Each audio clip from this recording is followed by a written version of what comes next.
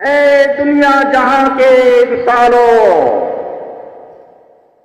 اے بادشاہوں وزیروں، اے صحت مندوں بیماروں، اے فقیروں اور مالداروں، اے کارخانے والوں اور زمینوں والوں، اے فوج اور ہتھیار والوں، اے پولیس اور انتظامیہ والوں، بڑے اونچے عہدے پہ چلنے والوں، پہاڑوں پہ رہنے والوں، خشکی اور دری میں بسیرا بسانے والوں، اللہ کو الہ مان لو۔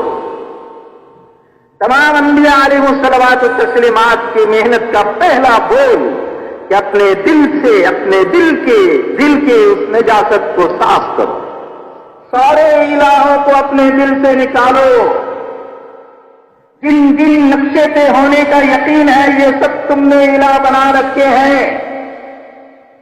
کوئی باپ سے ہونا سمجھ رہا کوئی بھائی سے، کوئی خاوند سے ہونا سمجھ رہا کوئی بیوی سے، کوئی مال سے ہونا سمجھ رہا کوئی تجارت سے، کوئی فوج سے ہونا سمجھ رہا کوئی پولیس سے، کوئی وزارت سے ہونا سمجھ رہا کوئی صدارت سے، کوئی ملک اور مال سے ہونا سمجھ رہا کوئی چیزوں اور نقشوں سے۔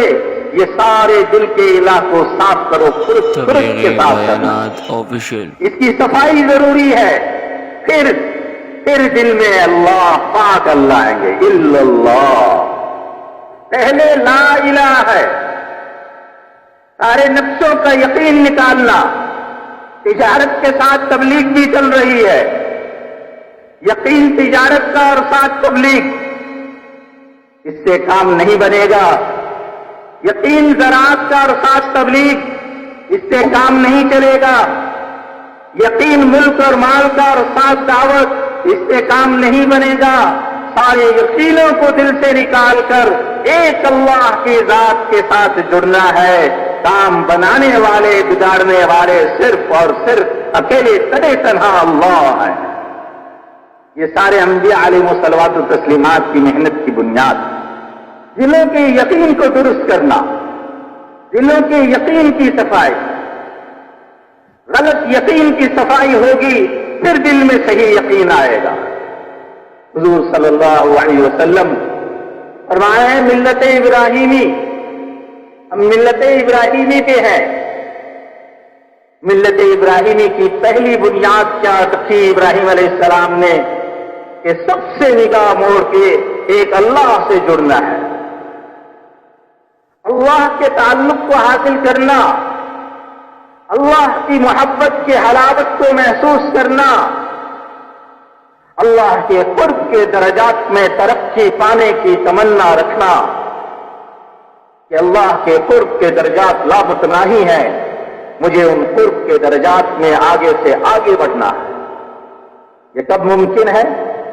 یہ جبھی ممکن ہے جب ہم اپنے دل سے اللہ کے غیر کو نکالیں گے اور اللہ کو دل میں بسائیں گے، اور پھر اللہ دل میں بس ہی نہیں سکتے جب تک کہ رسول اللہ صلی اللہ علیہ وسلم کو ساتھ نہیں لیں گے۔ دربار الہی تک پہنچنے کے لیے دربار محمدی سے گزرنا پڑے گا۔ رسول اللہ صلی اللہ علیہ وسلم کی زندگی کو اختیار کیے بغیر اللہ تک پہنچ ہی نہیں سکتے۔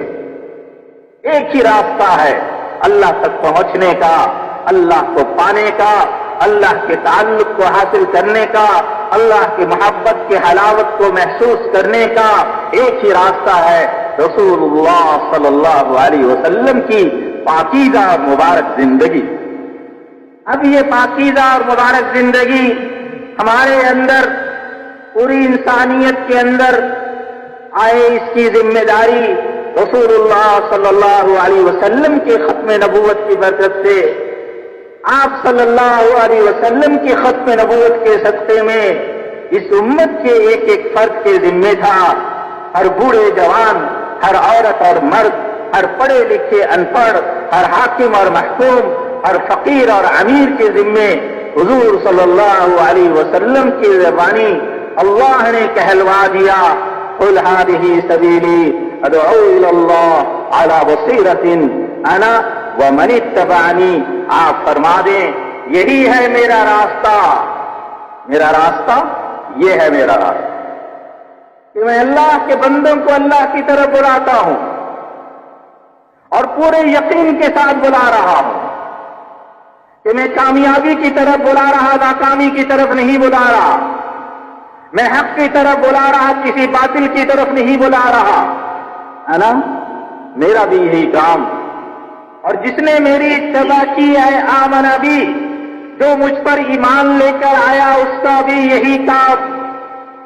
حضور صلی اللہ علیہ وسلم اپنی امت کا کام امت کے سپرد کر کے گئے ہیں، جس محنت کے لازمی نتیجہ کیا تھا کہ انسانیت کا رخ اللہ کی طرف پھرتا، دلوں میں ہدایت کا نور آتا. ہم نے اس محنت کو بھلا دیا. ہم اپنے چھوٹے چھوٹے مشاغل میں اپنے قیمتی اوقات اور صلاحیتوں کو لگاتے رہے. کوئی اپنی تجارت میں، کوئی اپنی زراعت میں، کوئی اپنی ملازمت میں، کوئی اپنی حکومت میں، کوئی اپنی سلطنت میں، کوئی اپنی زمین میں. ہم نے اپنی ساری صلاحیت، ساری قوت، سارے علم، سارے سمجھ سب کو وہاں صرف کر دیا. یہ ہم نے ظلم عظیم کیا.